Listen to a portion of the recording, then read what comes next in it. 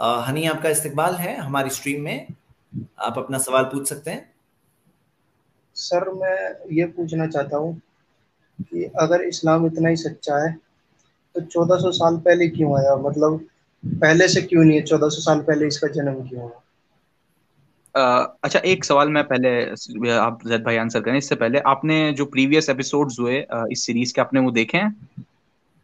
मैंने तो कुछ नहीं देखा, मैं तो बस ऐसे ही आ गया। अच्छा, जब ठीक है तो जैद भाई अच्छा। आप कंटिन्यू करें। हनी भाई, आपका सवाल वैलिड है कि जब इस्लाम इतना अच्छा है तो 1400 साल पहले क्यों आया। तो यही तो सही बात है। इस्लाम, फर्स्ट इंसान जो आदम अलैहिस्सलाम थे ना, उनका मजहब भी इस्लाम था। और हर प्रॉफिट ने वही मैसेज दिया। और शरीयत चेंज हुई। शरिया किसे कहते हैं? शरिया कि जैसे कानून जो होते हैं, जैसे ये जमाने के लिए ये चीज जरूरी है, वो जमाने के लिए वो चीज जरूरी है, वो शरीयत चेंज हुई। लेकिन जो बिलीफ है, जो अकीदा है, ला इलाहा इल्लल्लाह, नहीं है कोई वर्शिप के लायक, इबादत के लायक सिवाय एक अल्लाह के, तो फर्स्ट मैन ऑन अर्थ का भी मजहब इस्लाम था। आखिरी इंसान, आखिरी नबी पैगंबर का भी मैसेज इस्लाम है। और सारे प्रॉफिट्स, चाहे इब्राहिम हो, इब्राहिम अलैहिस्सलाम, मूसा, मोसेस, जीसस, ईसा अलैहिस्सलाम, सबका सेम मैसेज था। तो अब कोई कहे कि मैं ये बात कैसे वेरीफाई करूं, तो अगर आप लास्ट मैसेंजर के प्रूफ्स को समझ जाएंगे तो आपको फर्स्ट से लेकर आखिर तक की बात कंफर्म हो जाएगी। और अगर आपको लास्ट के प्रूफ समझ में नहीं आएंगे, कुरान है, उनके सच्चाई के प्रूफ्स हैं, तो फर्स्ट से लेकर लास्ट तक आपके लिए बात क्लियर नहीं होगी। सिर्फ मेरी बात है, मेरा दावा है, आपको बात समझ में नहीं आएगी। तो समझ में आने के लिए आपको थोड़ा सा टाइम निकालना होगा। हम लोग आज जो है चौथी स्ट्रीम चला रहे हैं। 4 स्ट्रीम्स में स्टार्टिंग के 2-2 घंटे से प्रेजेंटेशन चला है, तो जिसके अंदर हम लोगों ने प्रूफ्स दिए हैं।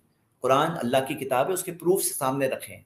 तो मैं आपसे सिर्फ रिक्वेस्ट करूंगा कि आप खुद के लिए जरूर ये प्रूफ्स देखिए कि कुरान अल्लाह की किताब है और मोहम्मद सल्लल्लाहु अलैहि वसल्लम अल्लाह के सच्चे रसूल हैं। ये 4 स्ट्रीम से पहले 2 स्ट्रीम वो हो चुकी है, जिसके ना 2-2 घंटे का प्रेजेंटेशन है। तो आप जरूर देखिए वो, और देख करके आप जरूर इस चीज के बारे में सोचिए। आपको इंशाल्लाह सही बात समझ में आएगी।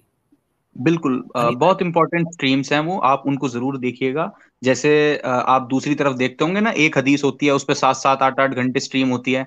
हमारी स्ट्रीम में पहले स्टार्टिंग के 2 घंटे जैद पटेल साहब ने बहुत ही टन्स ऑफ रेफरेंसेस के साथ, टन्स ऑफ इंफॉर्मेशन के साथ साथ सिर्फ प्रूफ्स दिए हैं। 4 स्ट्रीम्स हुई हैं, आप देखेंगे तो इंशाल्लाह आपको भी हक का पता चलेगा।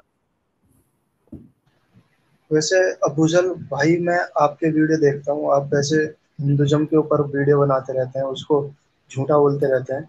तो एक बार बताओ कि अगर मैं इस्लाम में आ जाता हूँ तो क्या मिलेगा मुझे? फायदा क्या होगा?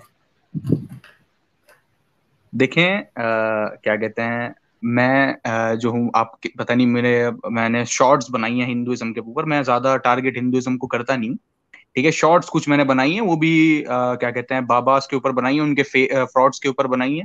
अभी एक और आ रही है उसमें भी और ज्यादा ये लॉन्ग वीडियो आ रही है। ठीक है, तो उसमें भी मैं हिंदुइज्म के किसी बिलीफ को टारगेट नहीं कर रहा, क्योंकि मेरा सब्जेक्ट हिंदुइज्म नहीं है। मैं जो बाबास के फेक क्लेम होते हैं, जैसे अभी ये धीरेन्द्र शास्त्री का चल रहा है, ठीक है, तो मैंने उनके बहुत सारे फ्रॉड्स इकट्ठा किए हैं। तो इंशाल्लाह मैं उसको एक वीडियो में दिखाऊंगा, किस तरीके से झूठी इन्फॉर्मेशन देते हैं, किस तरीके से फ्रॉड करते हैं। पर्चे में कुछ और लिखा हुआ होता है, लोगों को कुछ और पढ़ के बताते हैं। लोगों ने बाद में घर जाकर बताया कि हमारे बारे में गलत इन्फॉर्मेशन दी। इस तरह के बहुत सारे फ्रॉड्स में इंशाल्लाह एक वीडियो में दूंगा। उसी की प्रिपरेशन चल रही है। तो मैं बाबास को टारगेट करता हूँ, हिंदुइज्म को तो मैं क्या कहते हैं, वैसे एविडेंस के तौर पर गलत कहता हूँ। बताइए, मैंने अगर ये कहा कि हिंदुइज्म का मुझे कोई प्रमाण दिखा दें, क्या कहते हैं, इंसानियत की तारीख हिंदुइज्म के अकॉर्डिंग 2 बिलियन ईयर्स की है, कुछ कहते हैं लाखों साल पुराना है, कुछ कहते हैं करोड़ों साल पुराना है, कुछ कहते हैं अरबों साल पुराना, 1.96 बिलियन ईयर्स तारीख बताते हैं, पूरा कैलेंडर दे देते हैं कि देखो हिंदुइज्म के अकॉर्डिंग तो ये कैलेंडर है। तो मैं पूछता हूँ इसका सबूत क्या है कि कोई क्या मूर्ति भी, जिस तरीके से फॉसिल्स हैं, हमको तो फॉसिल्स भी इतने पुराने मिल सकते हैं, जिस तरीके से फॉसिल्स जो हैं वो समय के साथ खत्म हो जाते हैं, क्या मूर्तियां भी खत्म हो जाती थी? अगर मैं ये कहता हूँ कि हिंदुइज्म का कोई प्रमाण नहीं मिलता, कुछ चंद हजार साल पुराना भी, उससे हिंदुइज्म से पुराने रिलीजन के प्रमाण हमारे पास मौजूद हैं। हिंदुइज्म ज्यादा पुराना है, इसका प्रमाण मौजूद नहीं है, तो इसमें गलत क्या है, बताएं आप। देखिए, वैसे तो मैं अब ये सवाल पूछा था मैंने कि अगर मैं हिंदुइज्म से इस्लाम में आता हूँ तो मुझे क्या मिलेगा, क्या फायदा मिलेगा? ऐसी क्या चीज़ है जो मुझे हिंदुइज्म में रह के नहीं मिल रही? चलिए, मैं आपको कुछ चीजें बताता हूँ, हाँ, जो आपको मैं बताना चाहता हूँ, ठीक है। बाकी अबूजर भाई जो सवाल पूछ रहे हैं वो अपनी जगह पर आप डिस्कस कर सकते हैं, वो बात अपनी जगह पर है। लेकिन आपका जो क्वेश्चन है उसके ताल्लुक से मैं चंद बातें बताता हूँ।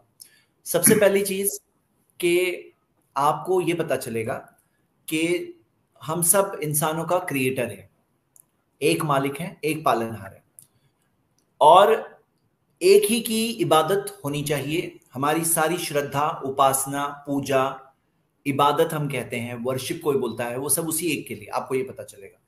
तो आपको क्लैरिटी मिलेगी। जैसे बाज लोग क्या बोलते हैं, यहाँ पे ये भी सही है, हम इसको भी सही कहते हैं, इसको भी सही कहते हैं। यानी कोई कहता है गॉड है, उसको भी सही बोलते हैं, कोई कहता है गॉड नहीं है, उसको भी सही बोलते हैं। तो ये कंफ्यूजन जो है ना, आपके लिए क्लियर होगा कि एक मालिक है, वो है, और वो अनेक नहीं है, वो एक है। और आपको अनेक की पूजा नहीं करनी है, आपको एक ही की इबादत करनी है, उसी की करना है। वो आपका मालिक, मेरा मालिक एक मालिक है, हम सबकी सारी इबादत उसी एक के लिए। तो ये बहुत बड़ी चीज है, इससे लाइफ में बहुत बड़ा सुकून मिलता है, लाइफ में बहुत बड़ा सुकून मिलता है। आपको ये चीज मिल सकती है, ये सबसे पहली चीज, कि आपका रिलेशनशिप आपके क्रिएटर के साथ सही हो जाए।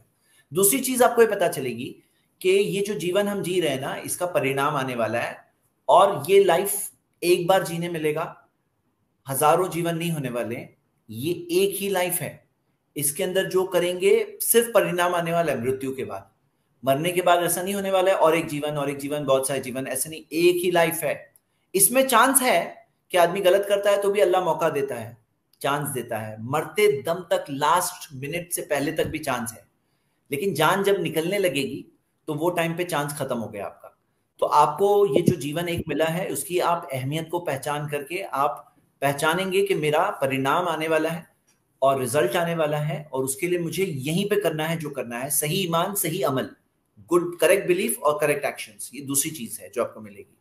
और तीसरी चीज आपको ये मिलेगी कि इंसानी तारीख में, हिस्ट्री में, सारे जो पैगंबर है उन पर ईमान लाना, कि सारे प्रॉफिट्स पे ईमान लाना, सारे मैसेंजर्स पे ईमान लाना। इसमें आपको क्लैरिटी मिलेगी कि हम कोई सिर्फ आखिरी मैसेंजर और आखिरी किताब को मानते हैं, ऐसा नहीं है। मोहम्मद सल्लल्लाहु अलैहि वसल्लम को सिर्फ कुरान को मानते हैं, ऐसा नहीं। हम सारे प्रॉफिट्स को मानते हैं, सारे मैसेंजर्स को मानते हैं। और अल्लाह ने कहा है कि आप उन्हें नहीं जानते, प्रॉफिट्स में से सबको हम नहीं जानते, जो सब जिन्हें जानते हैं, जिन्हें नहीं जानते, सब पे ईमान लाते हैं। तो ये सब बातें क्लियर होगी। और फिर उसके बाद जीवन की तो बहुत सी बातें, ये तो बस मैंने शुरू की, कुछ बिलीफ की बातें बताई। अगर लेकिन यहाँ पे आपका कोई सवाल हो तो आप जरूर पूछिए। देखिए जैद साहब, मैं ना एक और चीज मैं यहाँ पे ऐड करना चाहूंगा कि आप हाँ, ना सच की तरफ आएंगे, आप सच की तरफ आएंगे, आप भटके नहीं रहेंगे। मतलब ऐसा नहीं होगा कि आप गलत चीजों पे मान रहे हो, ठीक है, कोई ऐसी चीज जिस पे आपको ईमान रखना पड़ रहा है, आपको दिख रहा है कि ये चीज गलत है, उसके बावजूद भी आप नहीं नहीं यही सच है, यही सच है, कानों पे हाथ रखे हुए हैं, आंखों पे हाथ रखे हुए हैं, यही सच है, यही सच है, यही सच है। आपको दिख रहा है कि कोई चीज गलत है तो आप उसको गलत कहेंगे। लॉजिक की मल्टीपल गॉड्स नहीं हो सकते, इसको हम कई तरीके से प्रूव कर सकते हैं, ठीक है। क्या कहते हैं, आपको दिख रहा है कि हिंदुइज्म का फला बिलीफ गलत है, क्लियरली रॉन्ग है, ये वाले ही बिलीफ्स हैं जो कि इससे पहले लोग मानते थे। इजिप्शियंस मिथ हो गए, जिनको इजिप्शियन मिथ्स के नाम से जाना जाता है, वही सेम टाइप के बिलीफ्स हैं, तो उनको हम गलत कह सकते हैं। हमको ये नहीं कानों पे हाथ रख के मुंह से बोलना नहीं रहना कि भाई यही सही है, यही सही है, यही सही है। हम ट्रूथ की तरफ आएंगे, ये एक आपको सबसे बड़ा फायदा मिलेगा इस्लाम में आगे।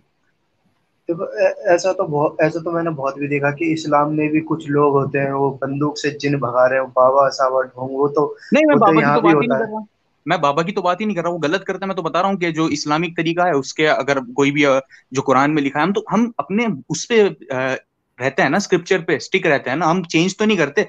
कोई इस्लाम के खिलाफ जा रहा है, कोई भी शख्स है जो कि गैर इस्लामी तरीके से ट्रीटमेंट कर रहा है, तो वो हराम है, हम तो साफ कहते हैं। अब प्रॉब्लम यह है कि दूसरी तरफ हिंदुइज्म में अगर कोई गैर इस्लामी तरीके से ट्रीटमेंट को, उनका गैर हिंदुइज्म तरीके से ट्रीटमेंट करता है, तो पहली बात तो ओरिजिनल स्क्रिप्चर्स ही नहीं, कहां से वेरीफाई करें कि क्या चीज सही है, क्या चीज गलत है। ओरल ट्रेडिशंस नहीं, हमारे पास सारा चीजों का प्रूफ है कि ये चीज नबी सल्लल्लाहु अलैहि वसल्लम से साबित है, ये चीज साबित नहीं है, तो लिहाजा ये चीज गलत है, ये चीज सही है। हम इस चीज को, एक एक चीज को एकेडमिकली प्रूव कर सकते हैं। दूसरी तरफ कुछ नहीं है, किसी तरीके से ना तो ये प्रूव किया जा सकता है कि ये चीज गलत है। अब सपोज कर लें कोई कहता है कि हिंदुइज्म 1.9 क्या कहते हैं 2 बिलियन ईयर्स पुराना है, ठीक है, सबसे पहले इंसान जो है वो ऑलमोस्ट 2 बिलियन ईयर्स पहले आए। कोई कहता है कि नहीं करोड़ों साल पुराना है, कोई कहता है लाखों साल पुराना है, कोई कहता है कि महाभारत 7,000 साल पहले हुई, कोई कहता है कि 10 लाख साल पहले हुई। वेरीफाई कहां से किया जाए जब कोई ओरिजिनल स्क्रिप्चर मौजूद ही नहीं है, कोई मैन्यूस्क्रिप्ट मौजूद नहीं है, कोई ओरल ट्रेडिशन मौजूद नहीं है, तो सब यही तो कहा जाएगा कि ये सब वर्जन्स मौजूद हैं जिनको वेरीफाई नहीं किया जा सकता। ठीक है, इस्लाम के अंदर हमारे पास तरीका है वेरीफाई करने का। ठीक है, अगर कोई भी गलत हदीस आती है, आप देखते हैं कि जब भी कोई नॉन मुस्लिम गलत हदीस कोट करता है, उसको तुरंत बता दिया जाता है कि इस हदीस की चेन में ये नैरेटर है, इसने ये इसकी मेमोरी ये थी, अस्माउल रिजाल की किताबों में उनकी पूरी बायोग्राफी, उनकी सब चीज लिखी हुई होती है। तो इस तरीके से आपको एक वे मिलेगा जिससे आप मेथड मिलेगा जिससे आप सही चीज को गलत चीज को जान सकते हो। लेकिन दूसरी तरफ तो कुछ भी नहीं है। क्या हम मुसलमानों को देखो गलत नहीं कहते? हम तो मुसलमानों को भी गलत कहते हैं, जो गैर इस्लामी तरीके से ट्रीटमेंट करते हैं, जो उल्टे सीधे काम करते हैं, हम तो उनको भी गलत कहते हैं। लेकिन दूसरी तरफ आप लोग कैसे ही गलत कह सकते हो? क्योंकि कॉन्ट्रडिक्शन तो किताबों में मौजूद है आपकी, इसमें तो कोई शक है ही नहीं, क्योंकि सब हिंदू स्कॉलर्स मानते हैं। देखो, मैं अपने स्क्रिप्चर को मानूं ना मानूं, कुछ भी करूं, लेकिन मुझे कोई सजा नहीं मिलेगी। मैंने एक मुल्ला जी को देखा है, वो बोल रहे थे कि जितने मूर्ति पूजक हैं या जो भी आप बोलते हैं ना, शिरक, जो शिरकत करते हैं, क्या करते हैं वो, किसने कह दिया तो था? जो भी हैं वो हमेशा उसमें जलेंगे, नरक में जलेंगे। तो आप मुझे एक बात बताओ कि अगर मैं, क्या नाम है, अपने मजहब पे चलता नहीं, कुछ नहीं करता, अच्छे काम करता हूँ जिंदगी भर, मैं अपनी कमाई करता हूँ, दान भी देता हूँ, मैं पुण्य का काम भी करता हूँ, जानवरों को भी खिलाता हूँ, और कोई गलत काम नहीं करता, ना गाली देता, सुकून से रहता हूँ, बस मैं ये, क्या आपके मजहब को नहीं मानना, इस वजह से मैं नरक में जलूंगा? तो क्या मतलब, ये सही है? किस बात, कहाँ तक सही है? क्या मैं सच में, अगर मैं इसमें आपके भी मजहब में नहीं इसमें आता भी तो मैं जहां जल तक मैं जाऊंगा? बताऊं आपको, मैं बताऊं, जिसमें इसमें भी इख्तलाफ है। जो वेद निंदक है, आप उसके बारे में आप पता करेंगे तो आपको पता चलेगा कि इसमें भी एक हिंदुइज्म का सेक्ट है जो बिलीव करता है कि वेद निंदक को कत्ल कर देना चाहिए, उसको मार देना चाहिए। ठीक है, उसमें भी यह है। दूसरी बात यह है कि इस्लाम ये जो सजा कहता है कि मुर्तद की सजा मौत है, तो वो क्यों कहता है? पहले आपको ये चीज स्टडी ये करनी मुर्तद पड़ेगी का कि वो शायद क्यों टॉपिक नहीं है कहता है। इनका टॉपिक। ये आज मुर्तक का की टॉपिक बात है नहीं कर भी। रहा मैं मुर्तक की बात नहीं कर रहा, मैं बोलता हूँ जो मूर्ति पूजा करते हैं, आप आप यू एक मुल्ला मूर्ति जी को पूजक। मैंने सुना है, वो जो बोलते हैं कि जो मूर्ति पूजा करते हैं वो नरक में जलेंगे, तो मैं तो मूर्ति पूजा करता हूँ, क्या मैं नरक में जलूंगा? ये आज का टॉपिक, पहली बात तो ये आज का टॉपिक नहीं है। आज कोई का बात नहीं, टॉपिक मैं है कुछ बात बताता हूँ, एक बात सुन लेते हैं। हनी भाई जरा ये बात सोचो आप, कि आप मुझे बताओ हनी भाई, कि किसी को अगर बात समझ में आ गई कि ये ट्रुथ है, सच्चाई है, और वो फिर भी उसका इनकार करता है, उसको नहीं मानता, सच्चाई को देखकर पहचान कर, तो कोई उसको सजा मिलनी चाहिए नहीं मिलनी चाहिए? चलो आपकी तरफ से नहीं, जी बताइए। नहीं मतलब कैसे, मतलब आप दोबारा सवाल कीजिए। जी मेरा सवाल ये है कि कोई अगर हक को पहचानता है, देखता है कि ये सच्चाई है, और हाँ। देखकर पहचान कर अगर इनकार करता है, तो हम्म। क्या उसके लिए सजा होनी चाहिए नहीं होनी चाहिए? नहीं, अगर कोई, किसी को कोई सच दिख रहा है, किसी को पता लग गया सच है, तो वो तो उसे मान लेगा ना सच को, उसमें वो, और क्या बात है? जरूरी नहीं मान लेता है आदमी, कितने सारे लोगों के लिए दूसरी चीज ज्यादा जरूरी होती है। समाज, माशरा, बाप दादा हमारे ये करते हैं, ये चीज ज्यादा जरूरी होती है। तो आपके सामने मैं बात क्या रख रहा हूं ना, हम लोग ये मानते हैं कि सारे इंसानों का पालनहार एक है, और अगर किसी को बात समझ में आ गई, मैसेज मिला इस्लाम का, मैसेज मिला समझ करके, उसने उसका इनकार किया, सही बात को देखकर पहचान कर इनकार किया, तो फिर क्या होगा? उसको परिणाम मिलना है, परीक्षा है ना, ये परिणाम मिलना है। एग्जाम तो थोड़ा है, रिजल्ट बहुत बड़ा होता है। तो ये जीवन के बाद दूसरा जीवन है जिसके अंदर आखिरत में उसको पहचाना, उसने सही बात को देखकर पहचान कर इनकार किया, तो बचने का कोई रास्ता नहीं होगा, तो हाँ जहन्नम ही है, उसको जहन्नम की आग मिलेगी। क्यों? इसलिए मिलेगी कि सबसे बड़ा उपकार किसका है उसका ऊपर? उसके पालनहार का है। हम लोगों ने कोई मांगा नहीं था ऊपर वाले से कि मुझे हाथ चाहिए, आंख चाहिए, मांगा नहीं था, मांगे बगैर दिया। और कोई ऐसा नहीं कि उसके लिए देना जरूरी था, उसके अनगिनत उपकार है हमारे ऊपर। उसके बाद में अगर हम कहें कि मैं उसका इनकार करता हूं, उसके बारे में सही सच्ची बात को नहीं मानता, तो इसका परिणाम आना है। इसलिए जहन्नम के बारे में आपने जो पूछा ना हनी भाई, तो जहन्नम के बारे में आपको ये भी पता होना चाहिए कि जहन्नम के गेट पर है ना दारोगा होंगे, गार्ड्स, और जो भी वहां पे आएंगे तो वो पूछेंगे अलम यातिकुम नदीर, क्या तुम्हारे पास डराने वाले नहीं आए? तो वो कहेंगे बिल्कुल। कालू बला कद जाअना नदीर, कहेंगे हाँ हमारे पास डराने वाले आए। फकद्दबना, हमने उनको झुटला दिया, हमने उनको झुटला दिया। तो जुल्म के तौर पर जो झुटलाएंगे सही बात को पहचान कर, तो उनको परिणाम तो मिलना है ना, जहन्नम की आग है उनके लिए, और डरना चाहिए उन्हें उस चीज से। तो हनी और भाई मैं आपको भी कहूंगा, आप ये सब जो बहाव बह रहा है ना, आप बहने वालों में आप भी बहोगे, तो आपका खुद का दिमाग है, आप खुद सोचिए उस बारे में। आपने अच्छे सवाल पूछे, आपके सामने हम लोगों ने कुछ फैक्ट्स रखे, जरूर इस चीज के बारे में सोचिएगा। कोई और सवाल है आपका? अच्छा, चलो मैं मान लेता हूँ कि एक है इस्लाम में मानने वाला, ठीक है, वो हाँ।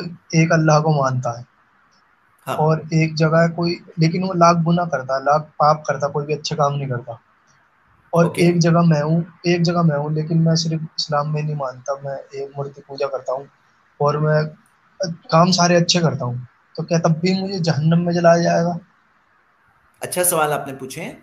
देखिए, इसके अंदर पहचानना आपको ये है कि कोई इंसान फाम्मामन आता वत्तका, जो देता है और डरता है अल्लाह से, वसद्दक़ बिल हुस्ना, सच्ची चीज की तस्दीक करता है, जो सही चीज है उसकी तस्दीक करता है, फसनुयस्सिरुहु लिल युसरा, अल्लाह ने कहा कि मैं उसके लिए सीधा रास्ता, सही रास्ता जो है, जो आसानी की तरफ ले जाने वाला रास्ता, जन्नत का रास्ता आसान कर दूंगा।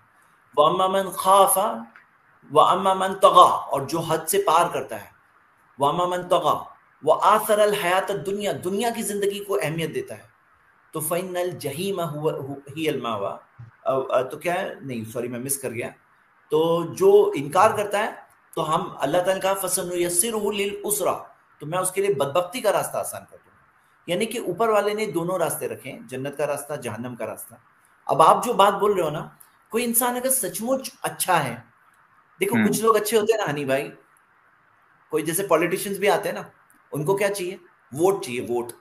वोट मिल गया उसके बाद कई पॉलिटिशियन को इंटरेस्ट नहीं होता है, मैं सबकी बात नहीं कर रहा हूं, बहुत सारों की। उनका मोटिवेशन क्या होता है, सिर्फ वोट होता है। कुछ लोग होते हैं उनको पब्लिसिटी चाहिए, सोशल मीडिया में डालना है, कोई चाहिए तारीफ करे, कोई अवार्ड मिले। अब क्या होता है, सचमुच जो अच्छा है ना, वो कोई स्वार्थ के बगैर जो अच्छा काम करे वो सचमुच अच्छा हो। तो सचमुच जो अच्छा इंसान होता है ना, वो अच्छा इंसान सही दी चीज को देखकर पहचान कर इनकार नहीं करेगा। आप इस बात को याद रखिए, ऊपर वाला उसके लिए सही चीज को आसान करेगा।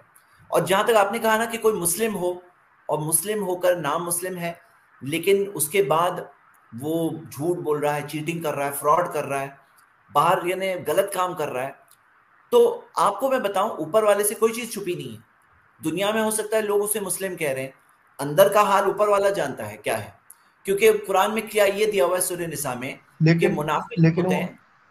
आपका सवाल का ही ले, जवाब है, जो मुनाफिक लेकिन होते वो हैं, मुनाफिक लेकिन कौन है, जो मुस्लिम नाम है और है वो अंदर से मुस्लिम नहीं है, तो वो जहन्नम की आग के सबसे निचले तबके में होंगे। सबसे डीप, सबसे बुरे हाल उनका होगा मुनाफिक का, जो कहने के लिए मुस्लिम है, अंदर से मुस्लिम नहीं है। लेकिन फैसला कौन करेगा, आप भी नहीं करेंगे, मैं भी नहीं करूंगा, कौन जेन्युइन है कौन फेक है। हम किसी को देख के उसके बारे में हम जजमेंट नहीं लगाते। बाहर वो मुस्लिम बोलता है, हम उसे मुस्लिम कहते हैं, अंदर का हाल अल्लाह जानता है, अल्लाह फैसला करेगा।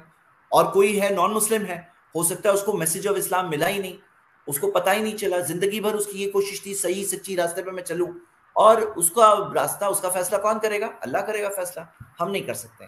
तो ये बात है। आपको ये बात में कुछ गलत लग रहा है, मैंने जो बात बताई उसमें कोई रॉन्ग चीज लग रही है क्या, बताइए। ठीक, देखो सर, मैं एक बात कहना चाहता हूँ कि मेरे दादा हैं, जैसे कि मेरे दादा जी मूर्ति पूजक थे, वो हिंदू धर्म में मानते थे। जी लेकिन मैंने अपनी जिंदगी में देखा उन्होंने बहुत अच्छे काम करे, कभी ना किसी को जी उल्टा बोलते थे, मास्टर थे, अच्छा पढ़ाते थे वो। तो क्या वो जी। भी सच में जहन्नम में होंगे, अभी नर्क में चल तो रहे वो होंगे? यही तो मेरे भाई, वो यही तो इतनी देर से समझा रहे हैं कि ऐसे शख्स को क्या कहते हैं, उन्होंने वो भी बताया, हदीस भी बताई कि अल्लाह ताला ऐसे, अगर उन तक इस्लाम पहुंचा, उन्होंने देखा, उन्होंने समझा इस्लाम का पैगाम, ठीक है, उसके बावजूद उन्होंने इस्लाम को इनकार किया, इस्लाम उन तक पहुंचा, उन्होंने देखा, ठीक है, उसके बावजूद उन्होंने इस्लाम का इनकार किया, तब है ये सजा, ठीक है। अगर उन तक इस्लाम पहुंचा ही नहीं, ठीक है, तो एक हदीस है सही, ठीक है, कि कयामत में उनको रीटेस्ट किया जाएगा, ठीक है। तो अगर, और ये भी उन्होंने बताया कि अगर वो क्या कहते हैं, कोई इंसान सच में सच्चा होता है, सच में क्या कहते हैं, वो होता है, दिल से सच्चा होता है, तो वो क्या कहते हैं, अल्लाह ताला उनके लिए हिदायत का रास्ता भी आसान कर देते हैं, ठीक है। तो आपको है ना, यही सारी इस चीजें हैं। सवाल का जवाब कुरान से देता हूं। लेकिन सुनो ना, आपका लेकिन सवाल जो उन्होंने आपने पूछा ना, ये लो, ये आपके सवाल का जवाब। मैं आपको दो बातें कहूंगा, बहुत कीमती बात कहने वाला, जरा आप थोड़ा सा दिल से, ओपन दिल से सुनिए। फिरौन जो था ना, उसने मूसा अलैहिस्सलाम से सेम सवाल पूछा था, काला फमा बालुल कुरूनिल ऊला, कि पिछली कौमों का क्या हाल होगा, जो पिछले जो लोग जनरेशंस गुजरे उनका क्या होगा। तो मूसा ने कहा, एक मिनट, 51 नंबर का वर्स है, 51 52, जस्ट 1 मिनट। जैद भाई, इसके बाद मैं भी एक पॉइंट रखना चाहूंगा। जी जी, हाँ। तो फिरौन ने ये सवाल पूछा, तो मूसा अलैहिस्सलाम ने कहा, काला इल्मुहा इंदा रब्बी फी किताबिन, कि उन उसका मामला, उसकी नॉलेज मेरे रब के पास है किताब में। ला यदिल्लु रब्बी वला यंसा, मेरा रब ना ना कोई गलती करता है ना भूलता है। तो यहाँ पे बात क्या है कि उसका मामला, उनका मामला क्या है, आपके दादा का जो आपने कहा ना, हम कुछ नहीं बोलेंगे, जैसे मूसा ने नहीं कहा उसका मामला, उनका मामला मेरे रब के पास है, अल्लाह नोज। लेकिन मैं आपको एक बात बोलूं, एक बात जो आपके लिए बोल रहा हूं, ये ऐसा भी हो सकता है कि आपके ग्रैंडफादर को मैसेज ही नहीं मिला और जीवन भर वो यही कोशिश करते रहे कि मुझे सही चीज क्या मिलेगी मैं वो फॉलो करूंगा, और वो भी हो सकता है कि वो फाइनली नॉन मुस्लिम होकर भी जन्नत जाएंगे।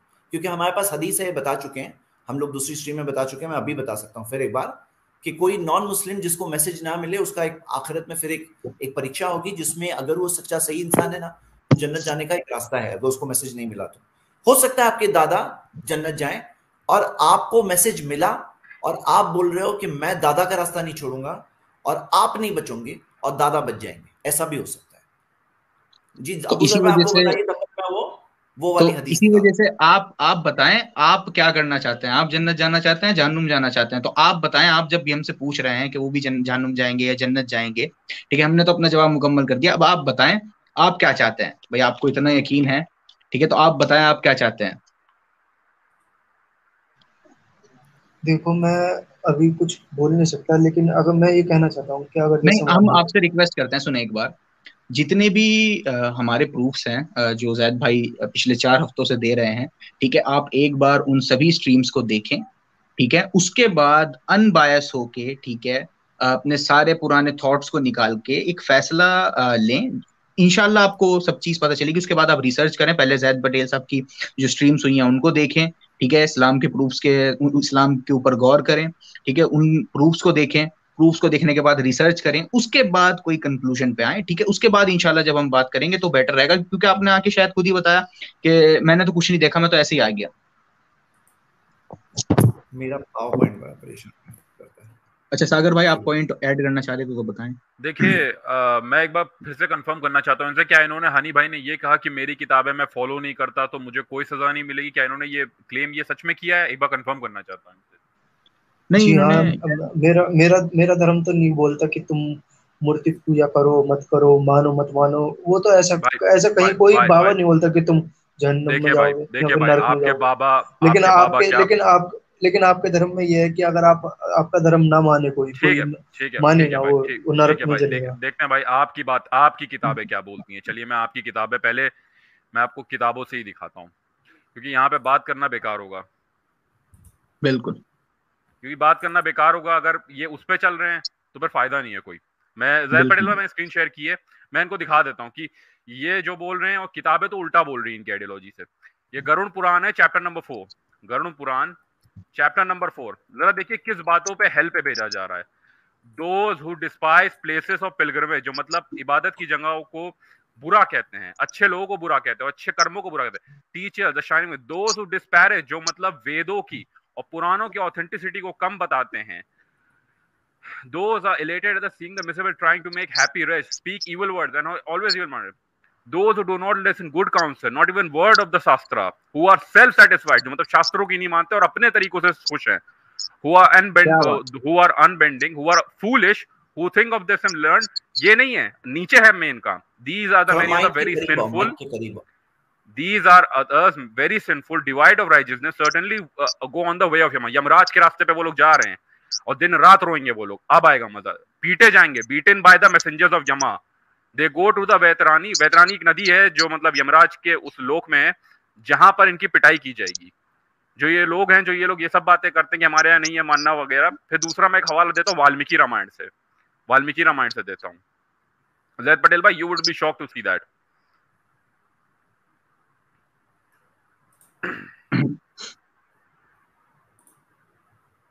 ये शेयर हो गई मेरी स्क्रीन, मैं जरा और जूम कर दूं।